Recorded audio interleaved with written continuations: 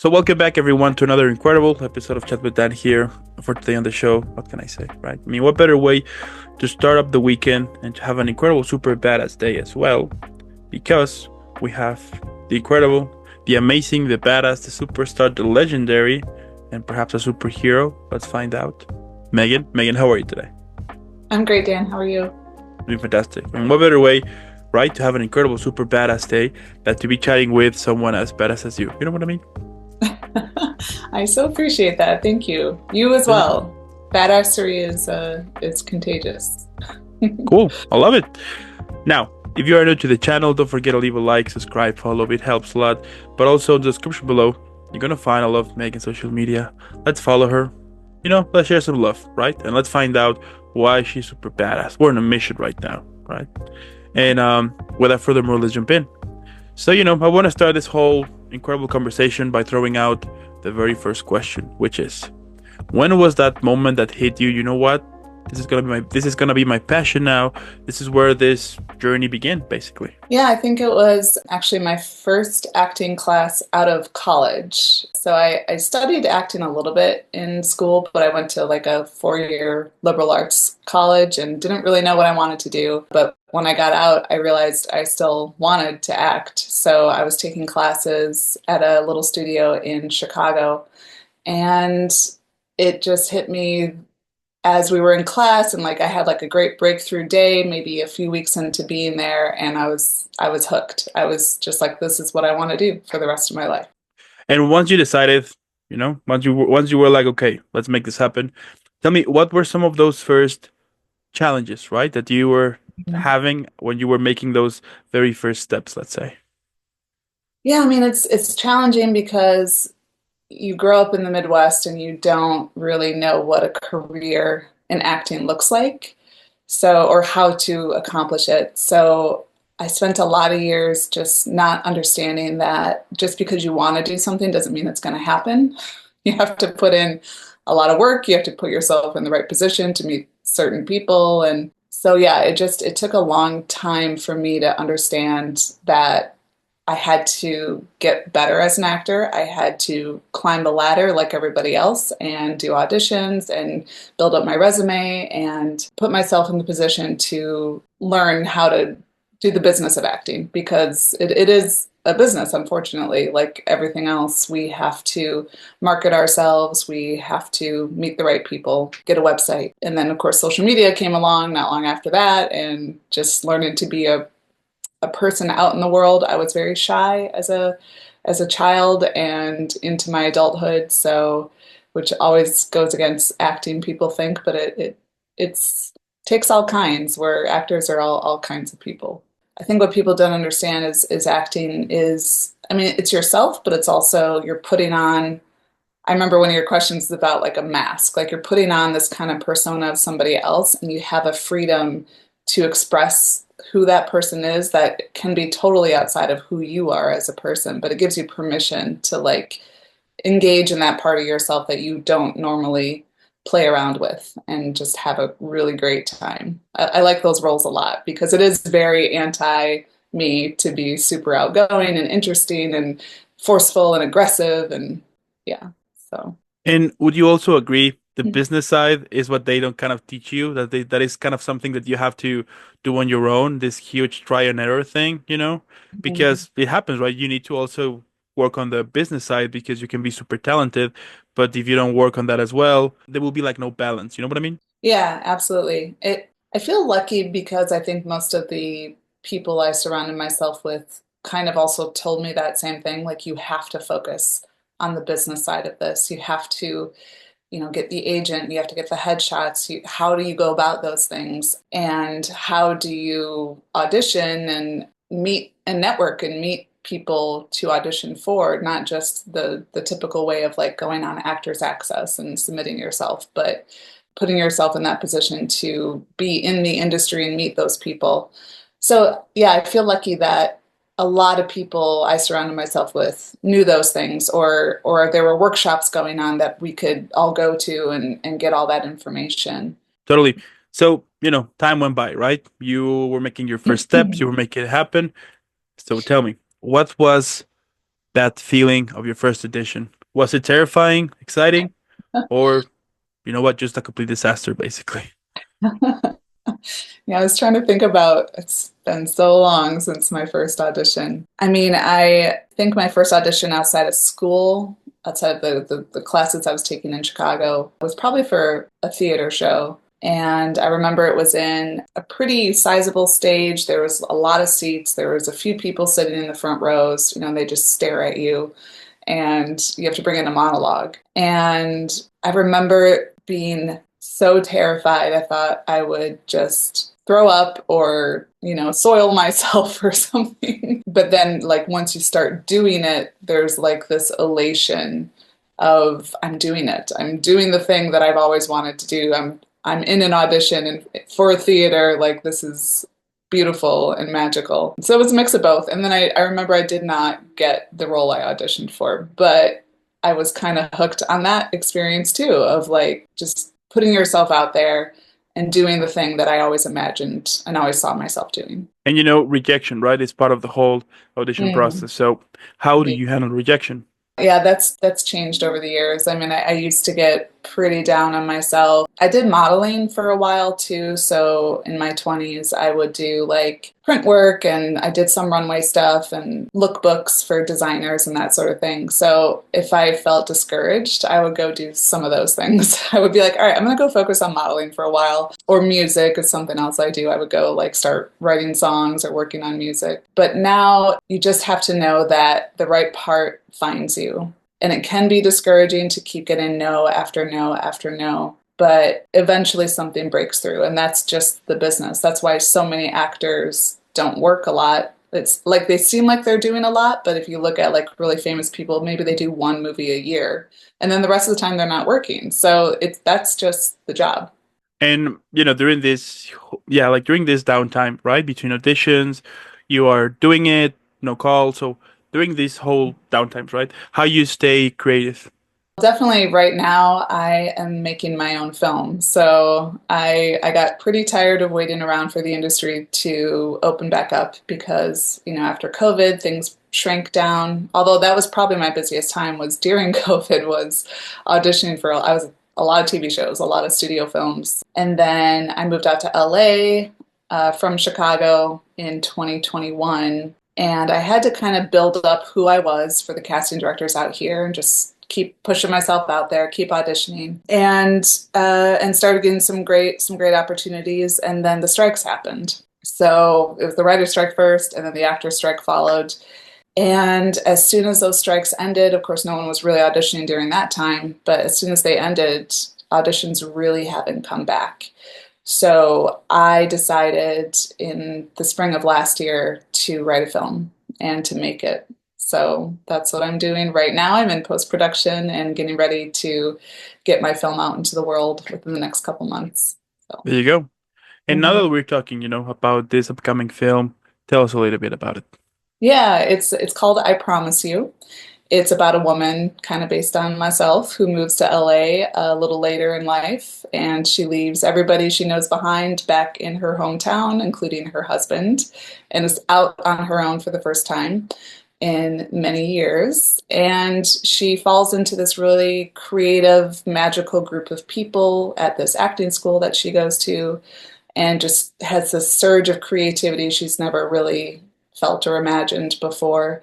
And she meets one young man who kind of borders the line of friendship and possibly more. And she's faced with a very tough decision to go that route or stay with her love, her husband. So yeah, it's a love story to friendship to LA. I shot it all over Los Angeles. I love this. I love this area. It's just a beautiful place and just a love of creativity. Just what can happen when you go out on your own and take a chance and take a risk.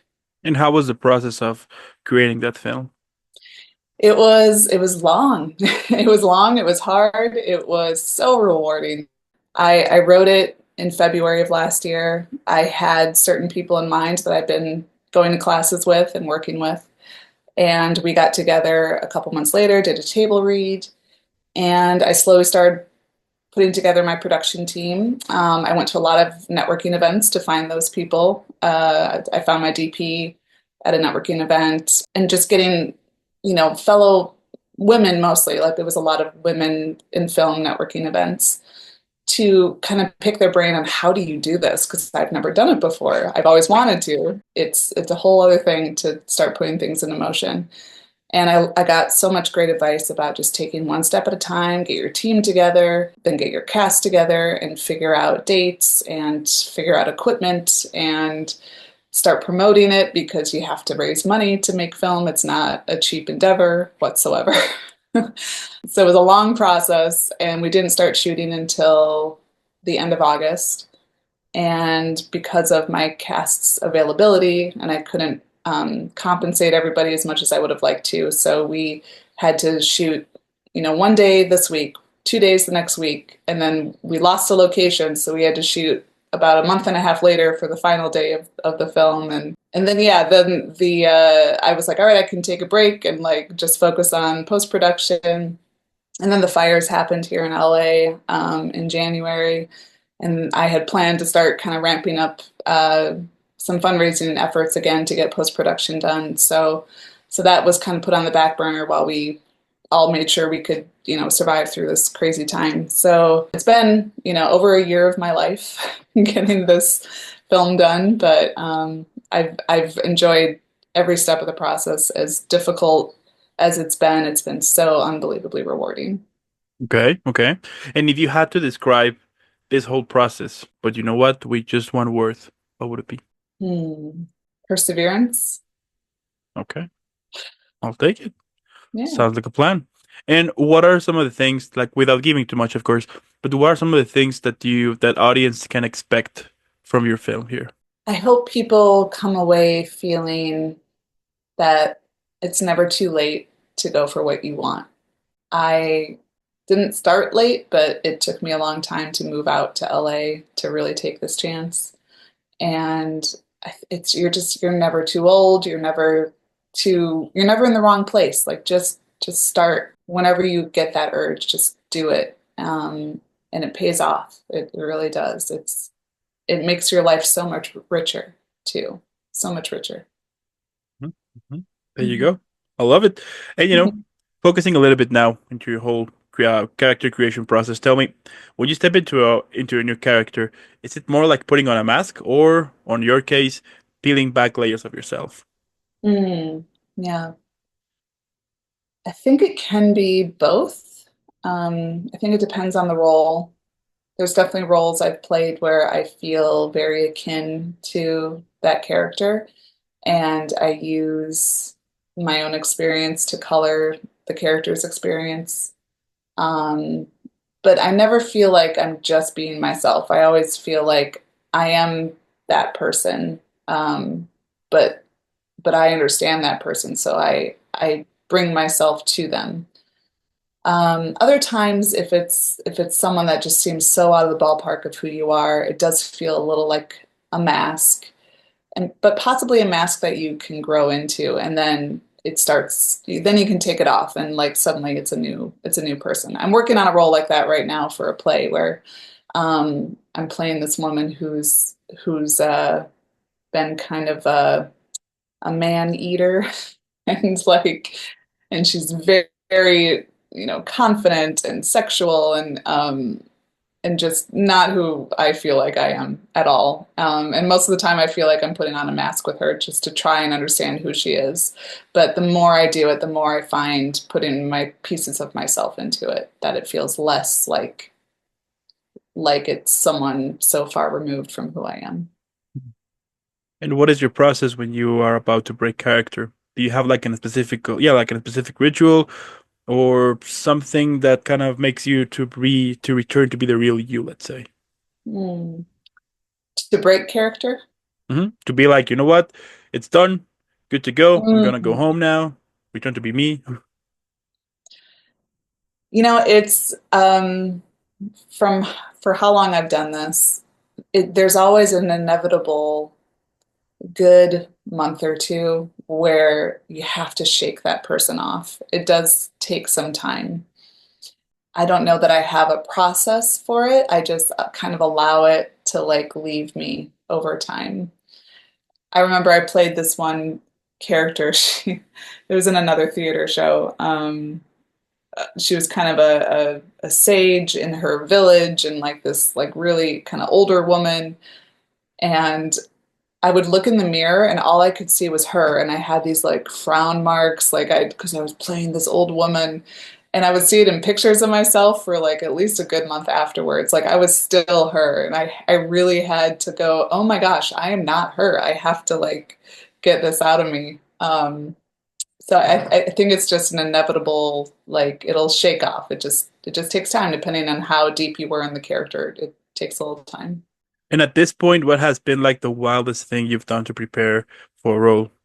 I'm not, I trained at a Meisner program both in Chicago and here in Los Angeles. I think the things that we do tend to be kind of wild. Like especially since we're working with other Meisner actors, we will spend a lot of time being those characters together and like have conversations and create a history together.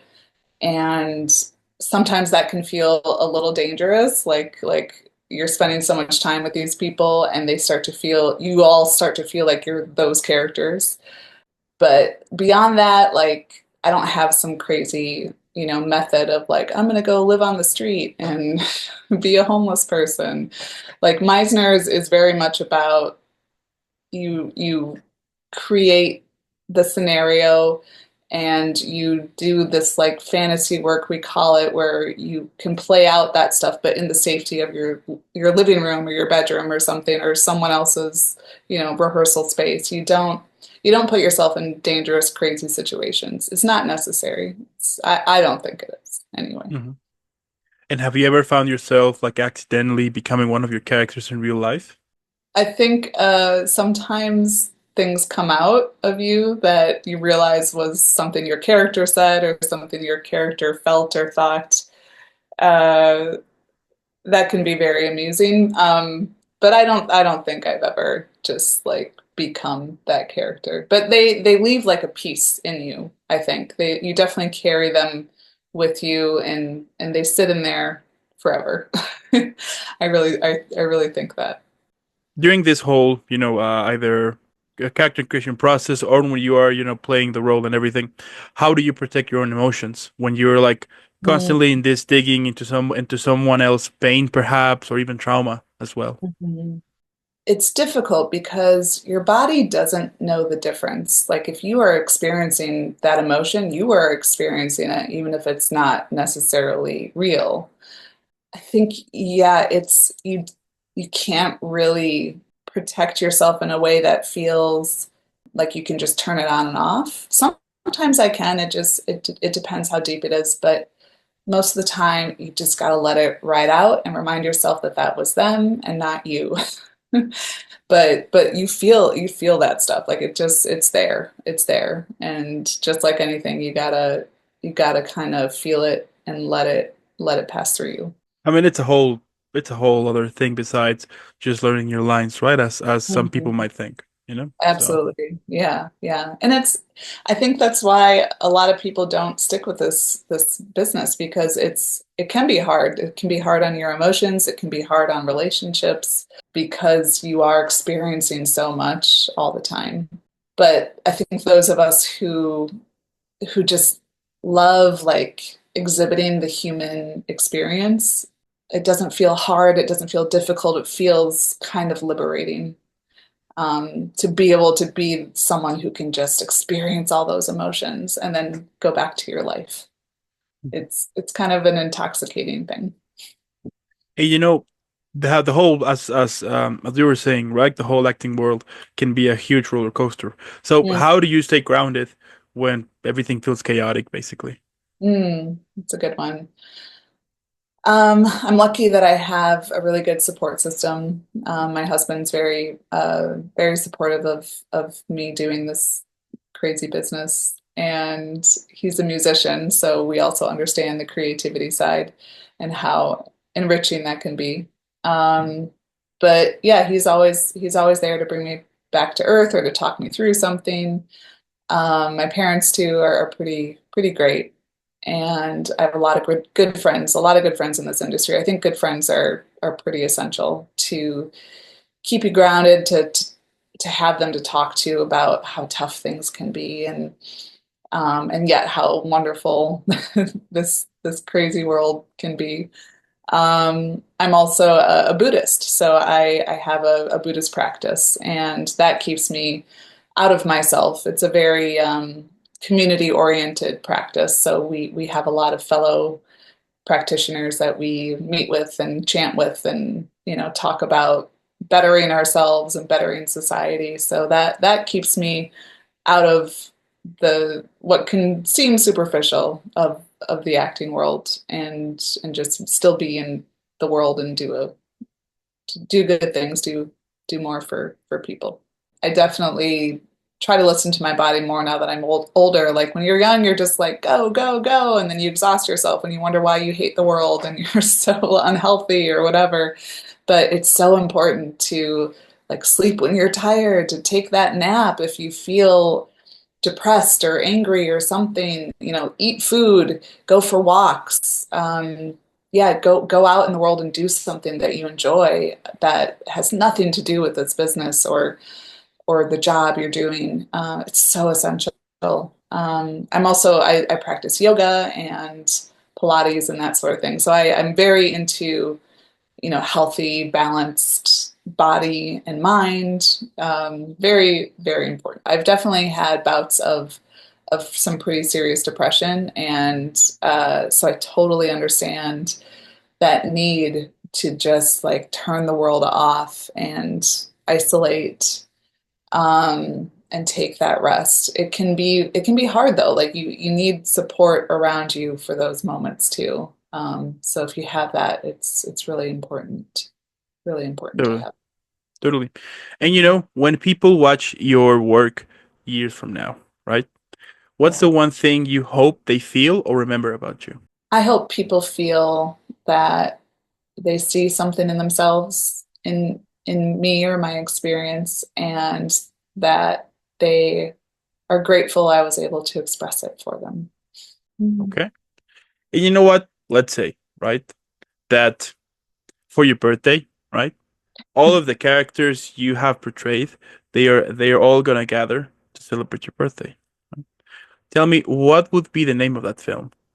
The crazy chameleon misfits come together. Take it. I'll take it. And if you had to describe your whole journey, Mm. but this time on a drink. Now, the drink can be an alcoholic or non-alcoholic. That's up to you. But tell me, what would it have and what would it be called? Yeah, I don't drink anymore, so I'm trying to think how to do this. I feel like it would have to be fresh, flavorful, and like open to new possibilities. So I'm leaning like watermelon and mint and something fizzy, and then what would it be called? Sweet mist. Sweet Mist? Sure. Okay, I'll take it. And at the same time, tell me, what's that song that could describe your either yourself and your journey through yeah, your journey basically. Okay. The one that comes to mind is Taylor Swift's You're on Your Own, Kid. I'll take it. Yeah. I'll take it for sure. And what motivates you? We all have those days that basically we just want to quit. It's inevitable, right? Happens to all of us. So how you stay motivated on a day that perhaps you're not doing so hot, let's say. I think on those days, it's kind of like we've talked about. Like it's that moment where you got to take a break from and do something different, like switch up your routine. Recently, I've been feeling very overwhelmed trying to get my film done, so I've been going back to music. So I've been playing guitar and playing piano and singing, and that fulfills me and gives my brain a new creative path to like really revel in, and then take a walk. Um, yeah, it's something to recharge and shake up the day. That works for me every time. Mm-hmm. Gets rid of that overwhelm. Okay. And my last question. so we can all enjoy and relax after an epic conversation here. Tell me, what would be the title for this episode? A journey of creative fulfillment. A journey of creative fulfillment? Mhm. Sounds like a plan. I'll take it. Sounds like a franchise to me. Who knows, right? Let's hope so. Cool. And I mean, at the end, what can I say, right? The fact that you're doing what makes you happy, it's really cool. The fact that you're pursuing it, the fact that you are going after what you want, that even know that it's challenging sometimes, and it takes you to moments in which you're like, what the hell am I doing? And moments in which you're like, you know what, screw it, I'm gonna find an island in the most far away possible place on earth, things like that. But the fact that you keep doing it, that's pretty cool. That's amazing. It shows us, besides that you are presenting us cool stuff, that everything is possible. And I think that, like that message of hope, I think that is super important and super amazing, especially now in this crazy era that suddenly we are all hating each other. The fact that we can rely on people like you who are putting us, who is putting out there a positive message, that's incredible and that's badass. And now we discover why you're badass. Thank you, Dan. This has been such a pleasure. Thank you for having me. Go. I do want to thank also those who stayed the whole episode. Let us know what you think in the comments below. But by this point, come on, we find out why Megan is super badass. So let's follow her. Let's share some love. Hashtag Team Megan. And again, thank you for making this happen. Keep shining out there. Keep rocking. Keep kicking ass. Keep doing what you do. And I'll be seeing you in the next one. Thank you. All right.